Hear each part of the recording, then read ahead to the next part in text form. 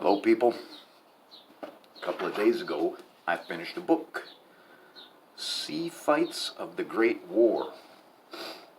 This book's 104 years old, so I had to be real careful while I was reading it, but it held together. Sometimes when you're reading an old book, it comes apart, you know. You just got to be careful. This one is pretty well constructed. It's not in bad shape. Some stains on the cover. I paid $20 for this thing at the used bookstore, so that's a lot more than I normally pay for a book there. So it might be a first edition because it only gives one date. It's showing that it was published in 1918, but it only covers like the first 9-10 months of the war. It doesn't say anything about Jutland, which was in 1916, 2 years before the book was published. So it's kind of odd. I don't know. It's only 160 pages. It has color plates. Color spelled O-U-R because it's written by Englishmen. The color plates are pretty cool. You got to turn the book sideways to look at them, but they're all reproductions of paintings of different battles. And this is not to be confused with The Great War at Sea, which I just read maybe a year ago, something like that. There's a big long chapter on the arms race that Germany and England had when they were building up their fleets before the war. And he's giving me names of ships that are built. And, I've read so many books on Jutland that I'm looking at these names and I'm like, okay, this one sunk, this one sunk, this one sunk. I don't have much reading to do, but there's a little bit here. Third paragraph, page 53. The page numbers are at the bottom, which is a little bit odd. Very thick pages.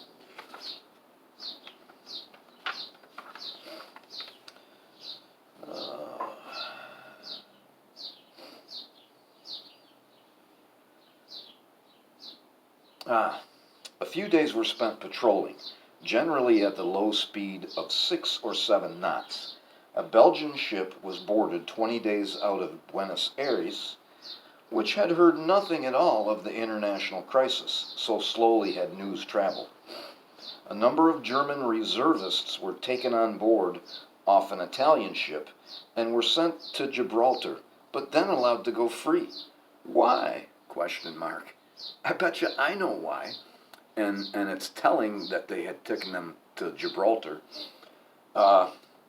If these German reservists were from Hanover, the Germans had troops at Gibraltar from Hanover when there was this great siege. The Spanish and the French tried to throw the British off of Gibraltar, and there was this fantastic siege, this artillery duel between the two. And the Germans that fought there got a special patch on their arm. And several times during the First World War, they had captured troops that had those patches. And the English treated them differently. Second paragraph, page 70. You can tell that this is written while they're at war, because the guy's got a lot of nasty things to say about the Germans. And when books are written after the war, it's different. Second paragraph. Oh, this is... they do the Carmania and the Cap Trafalgar again. And this is a much poorer account of it. I actually got a better account when I looked it up on Google. If you Google Cap Trafalgar, it gives a pretty decent little account. Carmania's first shot was fired across the bows of the German ship, which at once opened fire. concentrating all her guns on the bridge and upper deck of the British vessel, no doubt to disable her. Carmania retaliated by blazing shot on shot all along the enemy's waterline, so as to procure her immediate destruction. The range was 2,800 yards, and the two ships, in fierce action, crossed each other. Cap Trafalgar passing astern of Carmania, who soon edged away to keep out of range of the quick-firing machine gun. She carried out this maneuver until the splashes showed these shells were all falling short. Why did I pick that paragraph? Because the English have always done that. They've always fired at the waterline.